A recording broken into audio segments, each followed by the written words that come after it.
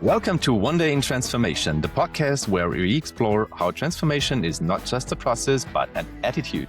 Today, we welcome a host who knows what it means to be at the top, and then consciously take a step back to rethink. Belinda B. Murray is the founder of Bee Formless, a platform that helps leaders and companies transition from survival-driven growth to soulful, high-flow, conscious leadership. With over 25 years of experience in advertising and communications industry, building a 20 million Australian dollar business and leading 150 employees, Belinda has experienced what happens when success comes without soul, burnout. Today, she combines flow science, neuroscience, self-actualization, and subtractive psychology to shape anti-fragile leaders and teams, ones that not are only resilient, but leap forward. Belinda, you are joining us today from Melbourne, Australia. Welcome to the podcast. Thank you. Thank you so much, Raina and Andrea. It's so nice to be here. And do you know what? It's so nice to be interviewed versus being like just being the person here that's going to be asked the questions. Anyway, I just wanted to share that. So thank you Absolutely. for having me on the show. Yeah, thanks for taking the time. I mean, as we've said, you're in Australia, so that means 10 hours ahead of where we are at the moment in Munich, in Germany. So it's our beginning of the day and yours is ending. We do have sun, but super cold and a bit of snow left outside. You have beach weather. So, I mean, it couldn't be more controversial from a weather and from a timing condition, but not closer from our mindset. So I'm so super much looking forward to that. Yeah, Welcome, and Belinda. quite an Good to extreme summer. 1 minute it's cold and it's hot. So yeah, it's interesting. Anyway. Welcome. Good to having you here. So, Belinda, your journey is special because you know both sides, high performance management and conscious rethinking. Before we dive into your methodology, we would like to know what was the moment when you realized that the classic hustle to grind model no longer works? And how did you develop the idea of Bee Formless from that? Yeah, it's a really good question, Andrea, in terms of I didn't realize, and that was part of the problem, which led me to the burnout, because I guess I probably did realize, but I was ignoring it. I was ignoring all the signs and all the signals, if you like, when it comes to burnout. And it was years and years of chronic stress. And it was only that really when I stopped that I actually realized and had to go within, and I had no other choice but to, kind of hit rock bottom and then kind of climb my way out of it, that I realized that old world of, hustle is just no longer sustainable. And so it was quite a journey for me, to be honest. It's nearly 4 years now since I hit that rock bottom. And like they say, it can take up to 3 years to fully recover from, severe burnout, which is what I had. And, we were talking pre-show just around energetically, and, Raina, you and I were talking even around just how energetically this year feels different, and it does. And so I guess, for me, the hustle and, like people used to always say to me, "Bea, you're amazing. You look at what you can do. Look at what you can achieve. Look at all the things you can actually handle in 1 minute." And I used to think that was like cool, right? Yeah, I'm awesome. Like, it was my ego kicking on in. But then I realized later it wasn't cool because I had no time to breathe. And I was just utterly constantly in like that fight or flight mode and just running like a crazy woman. And so when I finished in the previous world and role I was in, and it was just this radio silence, if you like, I had to really kind of work through, well, what does, if the world is not about hustle and business isn't about hustle, what does it look like? And so that was in my journey and my exploration, and I took I would say it's probably a full year off to really explore, well, what does it look like when you don't operate in survival mode? And so that's really where the Formless and Bee Formless came about, in terms of I was one existing form that it wasn't sustainable. And so then I had to basically, become like water. And, the classic Bruce Lee, and, reshape and shape and, work through, well, what does it look like in a different way? And so that's where really Bee Formless was founded. But a little fun fact, a little bit of trivia, when I was originally coming up with the company name, I had these designers and they were telling me, you can't have Bee in the name, you can't have Bee in your company name. And so I went with this Formless. And it was only when a year or so later, when I was actually registering my company, my accountant rings me and she goes, "Bee, Formless is taken." And so she said, "You've got literally tonight to come up with a new name for your business because we need to register it by the end of tomorrow." It was kind of moving to next financial year. And I Okay. was like, "It's Bee Formless then." And then that's how because I always knew it was that. But anyway, so yeah. So that's a short story of how I came to it That's all. amazing. I didn't even know that. I mean, just yeah, changing a name of a company in between 24 hours. I mean, yeah, absolutely amazing. And I mean, Yeah, it that's was. fit 100% to you. I mean, Be Formless, it's just a very nice double type of a meaning. It could be with Yes. one E or two B's. And Yeah. I love that. Yeah. Yeah. It's about being active, right? And it was just kind of was meant to be. It was just meant to be. Yeah. Absolutely. You just spoke about it. It's a bit of an inside-out transformation, a term that immediately resonates from our perspective as well, what we do. But many leaders talk about change, but just don't go one step further. And I mean, it's always like it starts from within. How do you explain to companies that still think in terms of Excel spreadsheets and KPIs and measurement, why self-reflection and flow are just as important as quarterly figures? Mm. Yeah.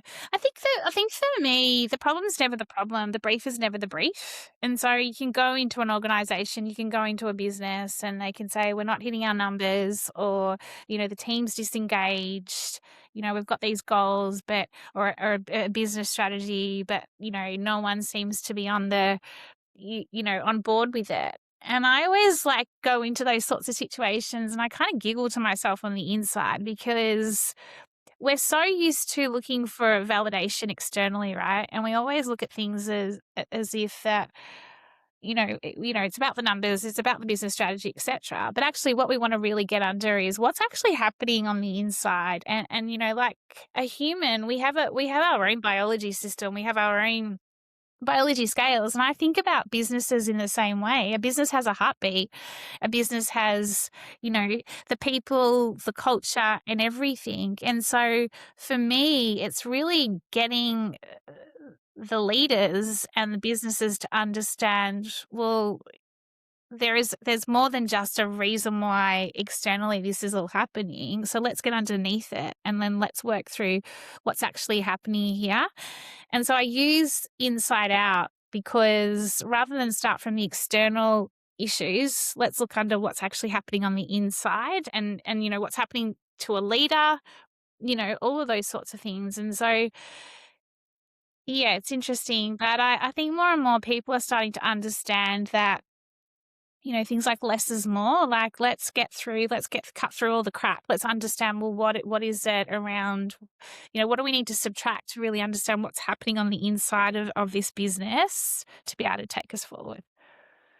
Do you think, and just as an addition to what you just said, I think about 5 years back, I did experience a lot that the culture of, well, that person got a burnout still meant like, oh, he did work a lot. So it was even positively meant. So it was like, oh, he did work his ass off completely. And now he got a burnout. Well, he'll get back and he'll be 150% high performing again. And so that culture of high performers with the risk of getting into a burnout was something which even was appreciated in companies from a cultural perspective, or at least in some surroundings. Not, I think, in general, but there was at least a couple of companies which I learned about which did appreciate that, and even the career was being pushed only for those who had been very close and sharp on the edge of getting into a burnout. I think exactly as you said it. I think that changed over the last maybe 2 to 3 years, at least from my perspective. Or how do you see that? Yeah, it's funny you bring that up because, it's like I was having a conversation most recently around like things like psychological safety and, certain words that are almost for me quite buzzy in a way. It's like we've got these well-being programs for our team and our people. And it's, we do like, I don't know, meditation, like every once a week. Yoga.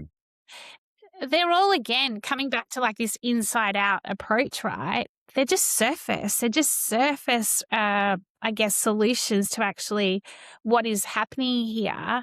And it used to happen to me, like I used to have these meltdowns. And, if you look at my situation when I was, kind of when I fully did burn out, it had been going on for years. I was stuck in this really crazy cycle where, I'd work my butt off and then I'd crash and burn or I'd have an explosion, and then I'd take some time off, a week or so off, and then everyone would be like, she just needs a week off, she'll be back. And within a day or two, I was thrown right back into it all, into a system that was just crazy. And so you just kept, it was just like this, you were in this kind of hamster wheel where it would kind of break down, then it'd go again, and you break down and you go again. And so for me, that really is still, I think, in a way, somewhat alive. And it's only really the leaders or the people that are here to really fundamentally make the change that is actually required to make the difference are the ones that are going to be able to thrive throughout this world we're currently in. Because even like the start of this year, I'm not sure about you both, but I'm looking around and I've purposely been quiet on the likes of LinkedIn and things like that, because all I'm seeing is push, push, push. What's your goals? What's your plan? All of that. And I'm like, we're just putting more pressure on ourselves. We're causing this constant urgency. Whereas what if we just paused? What if we were able just to be a bit more present, a lot more present, and just slowed everything right down? So I think that's part of the big challenge we still have upon us.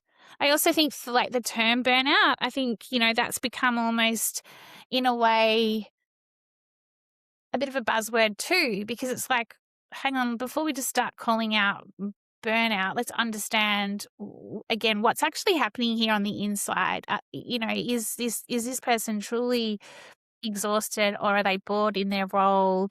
There's a lot of questions you can dig into to understand, well, actually what's happening here, to then be able to make a diagnosis.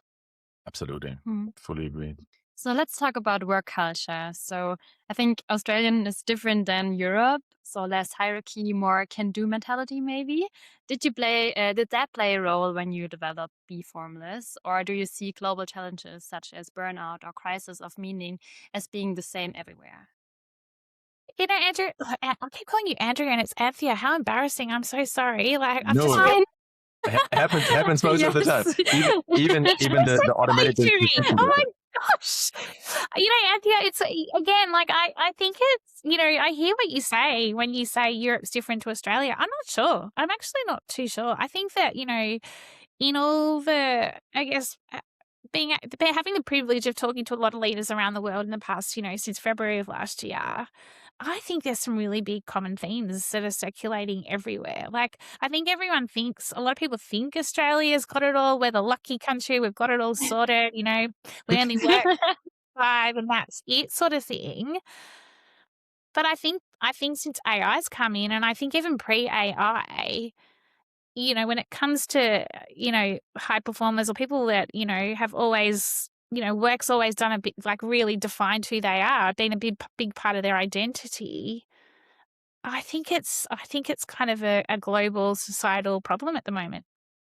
And I think that's why as a society, we have to all come together as, change makers, trailblazers, to go, we're saying no to this old world. The old world of hustle is not sustainable, and we have a choice. And if we decide that we're actually going to do what we need to do to fix it, then we're going to have a really happier and more possibilities in that new world that we're in. We're in it. Yeah, I would fully agree. I mean, I just read about that the algorithm is leading to an algorithm fatigue. So AI at the moment is leading that everybody's getting tired through what's happening with AI and through AI. You're not even able to just decide whether it's real or artificially created, and all of that we're constantly flushed with from day by day in social media, in news, and what we read and what we listen to. I mean, all of that I think is exactly what you said. We need to pause, and we need to maybe slow down in certain areas just to get back to what we are and what we should be, and not turn into something which is just running behind AI and everything which is created by a couple of tech bros from the US mostly. Yeah, it's so true, Raina. Like it is so true, and I'm a massive believer in it because what's happening is, and I say this to businesses and leaders all the time, is like if we pause, and I know when I actually finally came to this realization through my soul screaming at me that when we pause and when we are more present, we know what we get the answers from within, right? The answers come from within us. All the solutions are solved from within us. And yet, half the reason why we've got so many problems right now in the world, whether it's in business or, whatever, is because we're just not able to listen to actually what is fundamentally happening to then be able to find the right solution, to then be able to really solve the actual problem that we need to solve. Mm. 100% agreed. I mean, it's mostly people are just hushing from one decision to the next. In particular, if you go to C levels to the CEOs, which I experienced myself in the past a lot, that Yeah. there were, I mean, very very complex topics, and you had 5 minutes in the board or maximum 10 minutes to explain that, and you say, well, guys, how should I do that? This is super systemic thinking, and it requires an understanding of a lot of different things. How should I be able to combine that? Yeah, you got not more than 10 minutes. And even you are able to explain in 10 minutes, and then a decision is being taken, yes or no, we do or we don't do anything. Or if you're not able to explain in 10 minutes, then you just don't come up with that. And I mean, that Yeah. is something that is ridiculous in the complexity of issues we are dealing with day by day. Just to expect from everyone that you're able to just compress everything into very short ones. But I mean, if you see that in the latest development, in particular, young people are just based on social media consumption and what they are dealing with day by day, not able to just focus longer than 90 seconds on a topic. I mean, that is ridiculous. 1.5 minutes focusing on something, and then you're distracted to something else. I think we have to change systemically, and we have to come to new methodologies maybe, and just Agree. use it as a bridge maybe towards what we are anyhow Yeah. very interested in talking about, which is the Yeah, and formless just method. and one point to add on that, I had a little test on myself over the break. Like in Australia that, we do have, compared to the US and things like that, we do take, have more holidays, I think, annual leave throughout the year. But I guess it's different when you've got your own company, you're a founder, startup, building. But I did purposely, I think from like the 23rd or the 24th of December, I was just like, I just need to turn my laptop off for the next 2 weeks, 10 days. And I actually turned it off, and I actually didn't go on to any sort of like AI, kind of, agents or anything like that. In terms, I didn't use chat, I didn't use anything. And I noticed a difference in terms of my cognitive load. Like it was just not overloaded. Sure, I was still on, checking my socials and things like that. But I actually really noticed the difference when I wasn't working with chat or whatever AI tool you use. And I think again, Rainey, you've brought that up, and that whole distraction piece around children, etc. as well. They don't switch it off. They don't switch off anything. So that's the difference. They've been born into this. Whereas, so yeah, I think there's an opportunity there in itself to be able to give yourself some grace and go, I'm just going to have a little break from it all. And we require all of that. And then from time to time, you need to have a break of that. Yeah. Definitely. Yeah. Exactly. Yeah. So your formless approach is based on a cycle. So learn, unlearn, relearn, and active recovery. That sounds simple, but radical. What is the first thing executives need to unlearn in order to be truly transformative? Yeah, it's funny. I've been talking about the cycle a little bit, like all the methodology a fair bit lately. And when I first created it, I took my time out and, I took time out, but I was also doing a lot of research and, kind of going down rabbit holes. And I went and studied through a company at the time called the Flow Research Collective. And it was all around flow science, and basically it's I don't know if you've heard of Mihaly Csikszentmihalyi, but he's like the godfather of flow. And it's how you can feel and perform at your best. I call it shining your brightest. And basically that there's this flow cycle that is, neuroscience and flow science, kind of based essentially. And I was looking at that, and then I was looking at learn, unlearn, relearn, because that's not new. That's not a new language. Like there's, what I thought about is this needs to be flipped on its head, because learn for me is around, the way it's traditionally used is let's learn more, let's do more. And I'm like, yeah, but that's still adding to the cognitive load, isn't it? Sorry, I'm having trouble here. Siri's just talked to me. And so basically what I did is I was like, I think there's a different way to look at this. So I was looking at the flow cycle. And then I was looking at basically how do I put the flow cycle, and how do I flip this learn, unlearn, relearn on its head, but also then incorporate what is active recovery in terms of, if you think about like an athlete, a professional athlete, they're not on 24/7. They have, their seasons, and they have their off seasons, for example. And so I started to practice it on myself. And so the learn is really about the ability to become aware of what no longer is serving you. And so having a look at everything, if you're going into a business, or if you're looking at yourself as whether you're a leader or, just an individual, and you're operating from survival mode. You're exhausted from the minute you wake up. You come home, you're exhausted. So it's like, okay, well, actually, what's happening here? And so having a look at everything in your environment within you, and starting to really understand, well, what isn't actually serving me anymore? Why am I getting stuck in this survival mode? And so that is the learn piece. It's learning about, well, what's not working versus what do we need to add to learn more, if you like. And so once we're aware of what's no longer working for us, and there's an opportunity to get out of this survival mode, well, then we subtract it. This is when we apply the subtractive psychology. We don't add to the solution. We subtract to be able to then reimagine and create and become formless, if you like. And so that's the unlearn piece. And so what I had to do in my own life, when I had my burnout, my period of kind of, I guess, I don't like calling it a crisis, but it was a full, I was like, yeah, it was exactly that, really. I had to really look at what was no longer serving me and what did I want to take forward into my new world. And so that was where I really started to apply the methodology. And so then I went on this, unlearn phase for a good period of time to really reimagine and create what was possible. And so that's really where the Formless and the Bee Formless and the business model came together, because once I was really clear on what was my strategy, what was my plan in life, in leadership, and in business, it was then around, well, what do we do? How do we test and implement it? Which is this relearn piece. And the reason I've got this active recovery part of the methodology is because we should always be ensuring that we've got active recovery within our week and our day.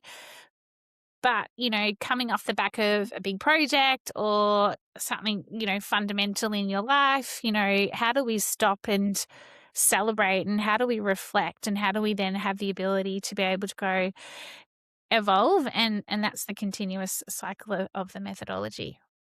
Excellent. You just explained it, what you combine, talking about flow science, talking about neuroscience, about psychology. So I'm pretty sure that we do have a couple of people now listening who are super interested how you're translating that into practical tools, and particular for maybe CEOs. And I know from my past a couple of, and you know that stories as well, who that even stopped drinking because they didn't have time to go to the restroom.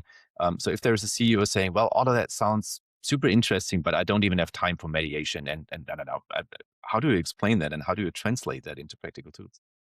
Yeah, it's a really good question. So basically, I've got tools for each phase of the cycle, and so essentially, the learn is really about, okay, well, let's just go through. I generally go in and I do a big, I guess, ask questions, but also have online tools where it's kind of understanding what's working, what's not working. I'm just going to give it the most simplest, basic form. but I look at the person as well as the business. It's not just the business, and understanding, from a business perspective, do they have a strategy? What does the team look like, etc. But then I do ask, I look at the foundations of the individual or the leader to understand, well, how are they operating? Well, how are they sleeping? How are they, what does their day look like? This is going to sound really ridiculous, but what's their schedule look like? Like, show me what your schedule looks like. Some CEOs, and they get quite offended and say, why would you want to look at my schedule? Because the minute I look at someone's schedule, I can see if it's back to back to back to back to back. It's like, you don't have time, but you're busy being busy. So let's kind of really understand what busy being busy means, because it's always time. And so it's really looking at, understanding the foundations of the business, foundation of the leader and the team, and really getting to the crux of that. And then generally it's, this is my diagnosis of what I think actually needs to be subtracted, let go of, to be able to then move into the unlearn. And that really is then, comes down to developing, having workshops, team workshops, workshops with the CEO to really map out or reimagine, well, what could this strategy look like? If there's a block in the learn stage, then what we do. And then generally so playbooks are generally come out of that the unlearn stage. And then really basically when we move into the relearn, it's then applying whatever we've created in the unlearn, from whether it's a new strategy or whatever it is, it's then how we go ahead and implement it. As a real playbook, amazing. So if you're listening right now and you're much, much more interested to learn more what it is about and what Bee Formless is all about, first of all, we will put that in the show notes. So you'll find the link directly to Bee and to Bee Formless then in our show notes, or directly reach out to us, and we'll be more than happy connecting you to Bee and to Belinda. So if you allow me, Belinda, I would like to go a bit more into your personal story again. And you just explained it. You've experienced firsthand how success can turn into exhaustion. Many of our listeners might be in similar positions. And so therefore, I would like to ask, what was your biggest mistake on the path to resilience, and what would you do maybe differently today? My biggest mistake, and I'm not a person that believes in regrets. I think that we get so caught up on shame and regrets and things like that. But you know what? It's all part of our growth and our evolution, if you ask me. But some people have said this to me when I was going through it. They said, you're going to look back on this time and you're going to be really grateful for it. And at the time, I was in such a hurry to just to bounce forward and push through it to get to the other side. And yet, call me woo-woo, but I'm not. But, the universe, I just kept getting slapped in the face. Every time I kept pushing and trying to control something, it was just like, no. And so I think sometimes I think about the biggest mistake was just I should have just surrendered from the very beginning when I was, on the floor, versus trying to pick myself up and trying to be that strong, courageous, resilient woman who was just so used to go, go, go. That's what I would do differently. Thank you. And really appreciate to get such kind of very personal and very insightful information from you. Thank you for that. Thank you. So in Germany, we talk a lot about work-life balance, but you talk about high flow conscious leadership. Is that just a new term or really a paradigm shift? And how do you actually measure soulful performance? Yeah, it's a great question. I've coined it, I've created it, and it's soulful, high flow, conscious leadership. It's a bit of a tongue tie. It's probably a bit too long. Who knows? Maybe I'll Yeah. down the track. But it comes back to Raina, your question around my methodology and my tools, and I probably didn't explain them as well as I could have. But it's always like trying to explain them versus showing actual. I'm one of those sorts of people. But here's the thing, right? I think about leaders of today and the next gen of leaders, and the leaders that will thrive, I won't say succeed, but will absolutely thrive, are those that have the ability to be soulful. And what I mean by soulful is the ability to be able to be intuitive, have that empathy, have that caring, lead from the heart, leading from within. and that whole within. And then the high, it's kind of all a bit around back to front. But, the high flow is really around, we still need performance at the end of the day. Like, we can't be all up here and, performance will always exist. But it's how do we perform as an individual and also as a collective where we are ultimately shining our brightest and feeling and performing our best. So that's why I really do bring in those tools in terms of when you are operating in flow state, you are generally 400 to 700% more creative. You have Wow. 300 and something percent, 300, I think it's 350% more learning and memory. You're 500% more productive and you acquire your skills and learning faster. And so there's real science behind this. And so for me, I've purposely kept performance in there. And then the conscious bit is around being present, right? How are we present? How are we offering more presence? How are we, having that awareness around not just ourselves as leaders, but also as our team. And so it's really around, presence, purpose, people, and performance. And that for me is what a soulful high flow conscious leader is and will shape and will be the future generation of leaders.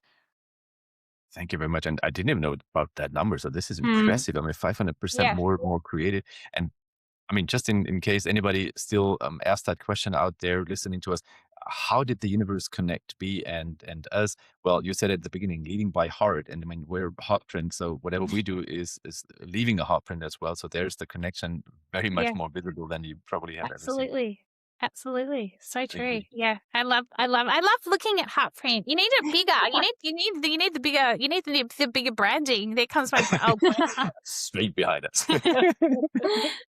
So let's start in our tradition. So every guest adds a song to our podcast playlist. So which track is right now stuck in your head or reminds you of a key moment in your transformation? It's so funny. You're gonna laugh at me. Have you heard that song "Sitting on the Dock of the Bay"? Yes. Sitting on the dock of the bay. I can't sing, but you know what I mean. Anyway, it came on the other day, and I just was sitting there, and I was in the car and I was driving, and I was like, just the start of it, and it's just got this energy and vibe. But it was really, it's quite calming, right? And for me, I was just listening to it. And listening to it in a way where I was like, I feel so peaceful. I feel such at peace right now in where I'm going and where I'm headed. And I was just like, yeah, I'm sitting on the dock of the bay, watching the wonderful. time roll away. Woo! I was like, yeah, I'm not worrying about time anymore. I'm just like, let it roll away. And I think that is like the biggest piece of advice. I am still, ambitious. I am still have, plans to, I won't say conquer, but, I have big plans to make positive and impactful change in the world. But it's doing it in a way that is not how I previously did it. And I think there's huge opportunities for everyone to actually just stop for a second, sit on the dock of the bay. I love that. And watch the time roll away.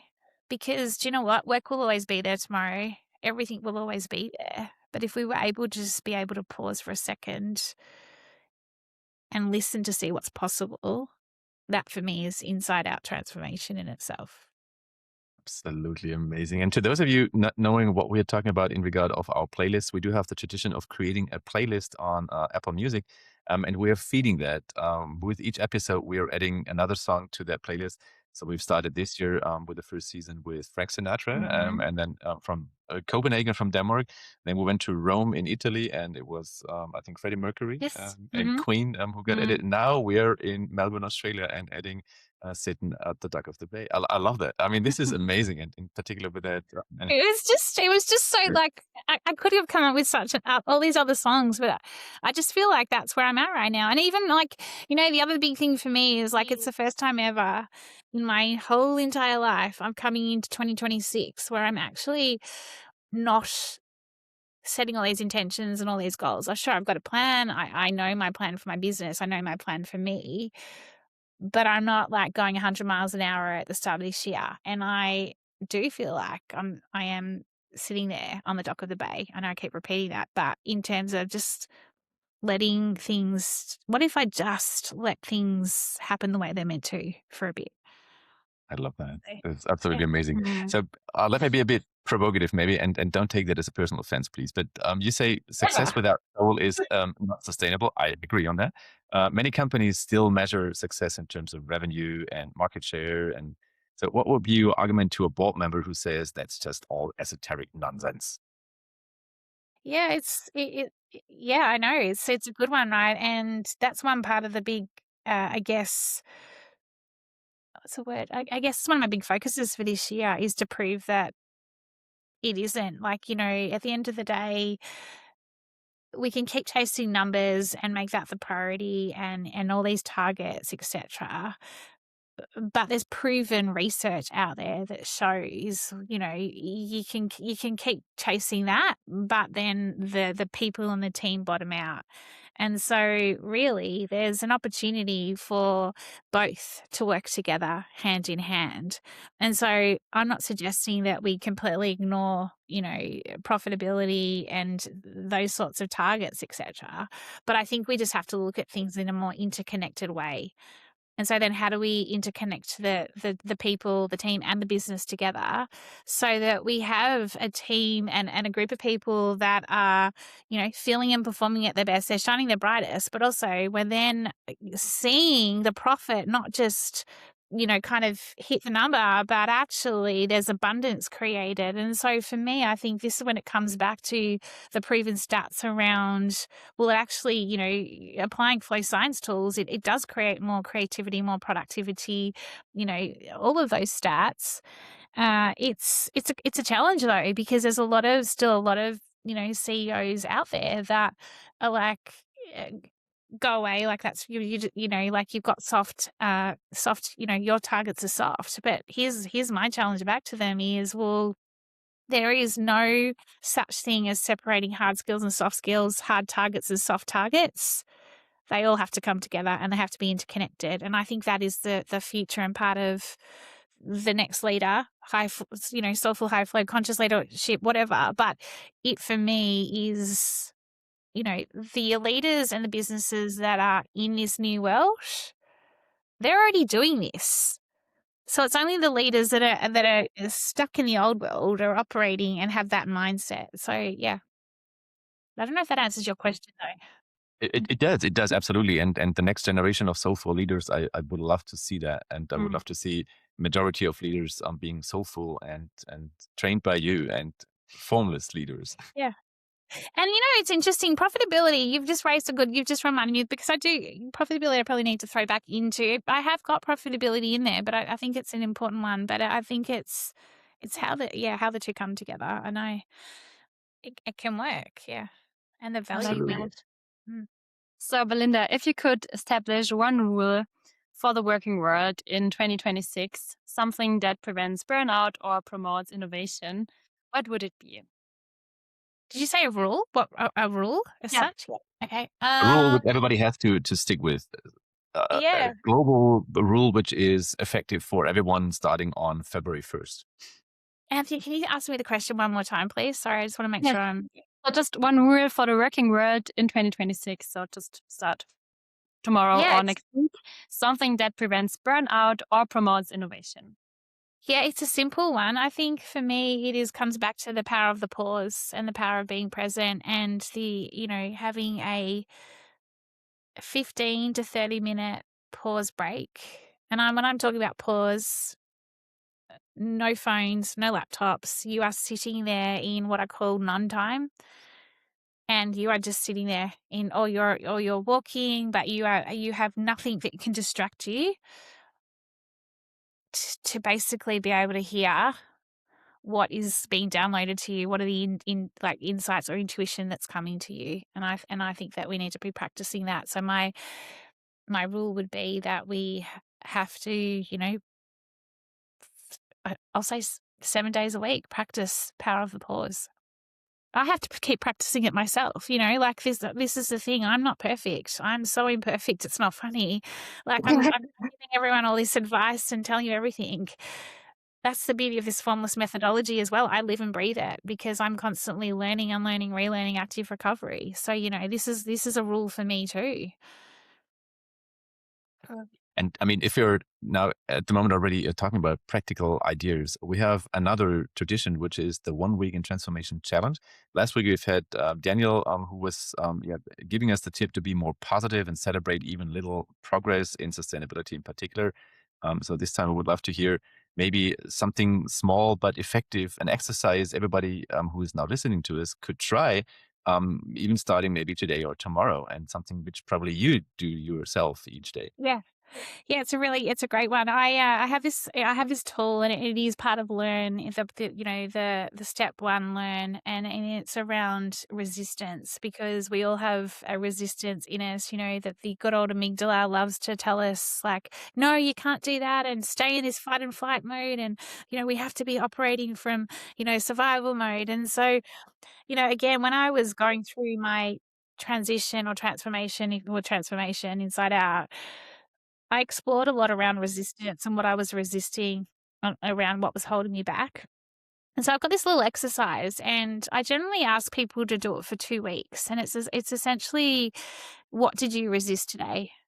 And generally I ask people to think of 2 things. Now, it can be in life, it can be as a leader, it can be in your business. And what did you resist today, today, and how did it make you feel?